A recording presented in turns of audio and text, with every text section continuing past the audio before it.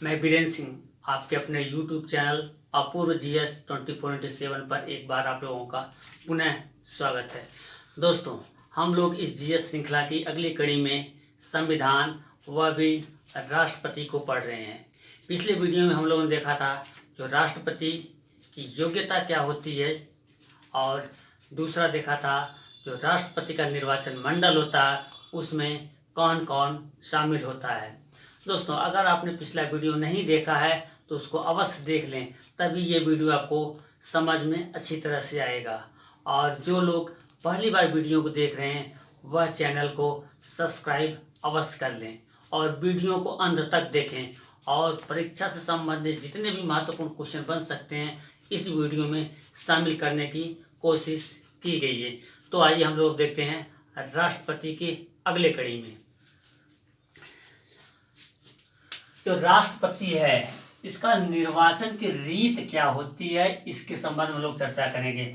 हम लोग पिछली वीडियो में देखे थे कि जो निर्वाचन मंडल है उसमें कौन कौन शामिल होता है। संसद के दोनों सदन और राज्य विधान मंडलों के निर्वाचित सदस्य शामिल होते हैं। तो उसी तरह निर्वाचन की रीत क्या होगी इसके संबंध में कहा गया है। यह संविधान के अनुच्छेद 55 में कहा गया है।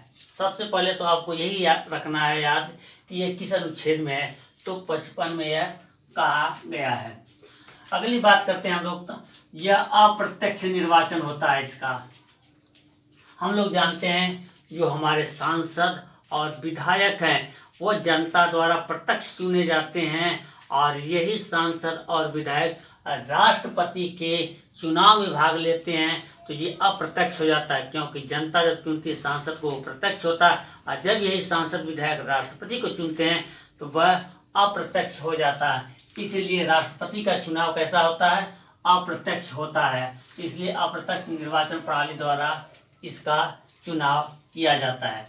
अगला जो है आपका गुप्त मतदान होता है। इसमें जो भी हमारे यहाँ इलेक्शन होता है, जो भी चुनाव होते हैं, सब अमूमन गुप्त मतदान ही द्वारा होता है। केवल विधान परिषदों को अगर छोड़ दिया जाए तो सभी मतदान हमारे यहाँ गुप्त ही होते हैं। तो इसमें क्या है, गुप्त मतदान होता है। सबसे महत्वपूर्ण परीक्षा की दृष्टि से जो सबसे ज्यादा क्वेश्चन पूछे जाते हैं आपके ये टॉपिक है आनुपातिक प्रतिनिधित्व पद्धति।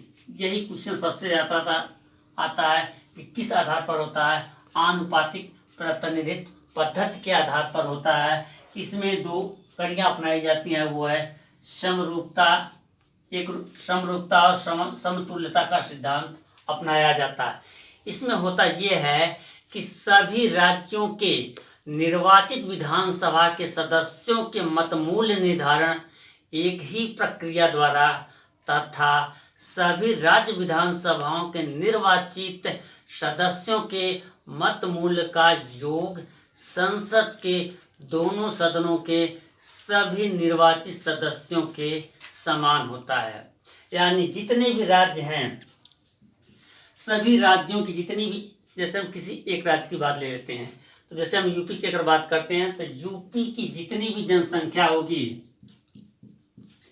इस जनसंख्या में जो राज्य के विधानसभा के सदस्य होंगे, जैसे 400 हैं, 403, तो इससे भाग दे देंगे।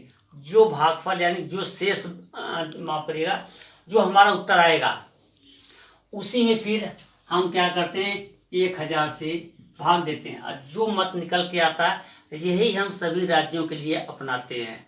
और जो सब राज्यों का निकल के आ जाएगा वो, और फिर वही समतुल्य करते हैं, किसके, सांसदों के मत मूल्य के बराबर समतुल्य करते हैं। यही हमारी आनुपातिक प्रतिनिधित्व प्रणाली है। यानी एक सांसद का मूल्य और एक विधायक का मूल्य क्या किया जाता, समान किया जाता है। अगला है इसमें एकल संक्रमणीय मत प्रणाली होता है। यानी इसमें वरीयता क्रम इलेक्शन होता है। वैसे कोई भी इलेक्शन होता है अमूमन जैसे विधायक सांसद का होता है तो उसमें क्या एक मुहर मार दी जाती है एक व्यक्ति को, लेकिन इसमें होता है कि अगर 5 व्यक्ति खड़े हैं तो 5 व्यक्तियों को वोट देते हैं लोग। और इसमें होता है वरीयता क्रम, जो हमको सबसे ज़्यादा पसंद होता है तो उसके सामने हम 1 लिखते हैं, जो उससे कम पसंद होता है तो उसके सामने हम 2 लिखते हैं, जो उससे कम पसंद होता है तो उसके हम सामने 3 लिखते हैं, और जो उससे भी कम पसंद होता है तो उसके सामने हम 4 लिखते हैं, जो एकदम नहीं पसंद होता उसके सामने हम 5 लिखते हैं। यही कहलाता है आपका एकल संक्रमणीय मत पद्धति। इसके बाद अगर हम बात करते हैं मतगणना के के, तो ये जो मतगणना की जाती है, वैध मत जितने भी पड़े हैं उस वैध मत का क्या है, कम से कम आधा उसको मिलना चाहिए, तभी वो आधे से अधिक मिलना चाहिए, तभी वो राष्ट्रपति निर्वाचित होगा। यानी 50% मिलना चाहिए प्लस एक और वोट मिलना चाहिए, तभी वो राष्ट्रपति चुना जाएगा। जैसे मान लीजिए 1000 कुल टोटल मत है, तो उस 1000 में 500 प्लस 1 मिलेगा, तभी यह राष्ट्रपति चुना जाएगा। इसको बोलते हैं हम न्यूनतम कोटा प्रणाली प्राप्त करना।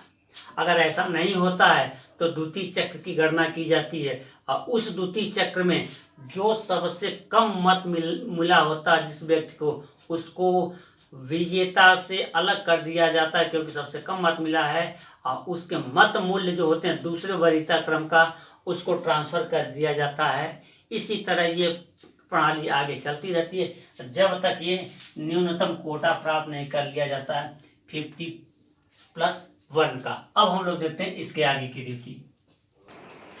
अब हम देखते हैं जो राष्ट्रपति है, इस राष्ट्रपति की पद अवधि कितनी है, जो राष्ट्रपति कितने वर्षों तक अपने पद पर बना रह सकता है, इसके बारे में कहा गया है।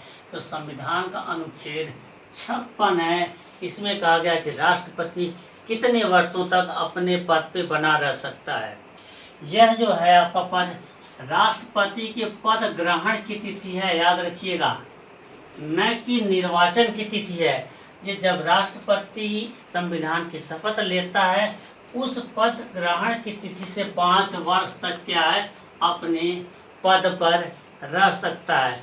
लेकिन राष्ट्रपति इससे पहले भी अपने पद को छोड़ सकता है, जैसे इससे पूर्व भी वो पद से हट सकता है। जैसे वह उपराष्ट्रपति को, याद रखिए क्वेश्चन आता है ये, कि उपराष्ट्रपति को अपना त्याग पत्र दे सकता है, ये त्याग पत्र दे देगा तो ये पद से हट जाता है। और जब उपराष्ट्रपति को ये त्याग पत्र देता है तो उपराष्ट्रपति जो राज्यसभा का सभापति होता है, ये तत्काल सूचना भेजता लोकसभा के अध्यक्ष को कि राष्ट्रपति ने अपना पद त्याग दिया है। तो ये जो है उपराष्ट्रपति, ये उपराष्ट्रपति भी अपना त्याग पत्र देता है राष्ट्रपति को। तो ये उपराष्ट्रपति त्याग पत्र देके 5 वर्ष से पहले भी क्या है, अपने पद से हट सकता है। अगला है महाभियोग की प्रक्रिया द्वारा, इसको हम आगे डिटेल में पढ़ेंगे। ये महाभियोग की प्रक्रिया राष्ट्रपति पर तब लगाया जाता है जब वह संविधान का अतिक्रमण करता है। संविधान, याद रखिए क्वेश्चन यही आता है किस आधार पर लगाया जाता है, संविधान का अतिक्रमण करेगा तब उसके ऊपर महाभियोग की प्रक्रिया लगाई जाती है संविधान के अनुच्छेद 61 के तहत। अब इसके बाद देखते हैं, जब ये पद त्याग देता है या महाभियोग की प्रक्रिया हो जाती है, तो उसके बाद क्या होता है, ये जब तक इसका उत्तराधिकारी नहीं आ जाता है तब तक ये पद पर बने रहता है। लेकिन महाभियोग की प्रक्रिया में जब महाभियोग की प्रक्रिया पारित हो जाती है तभी वो पद से हट जाता है।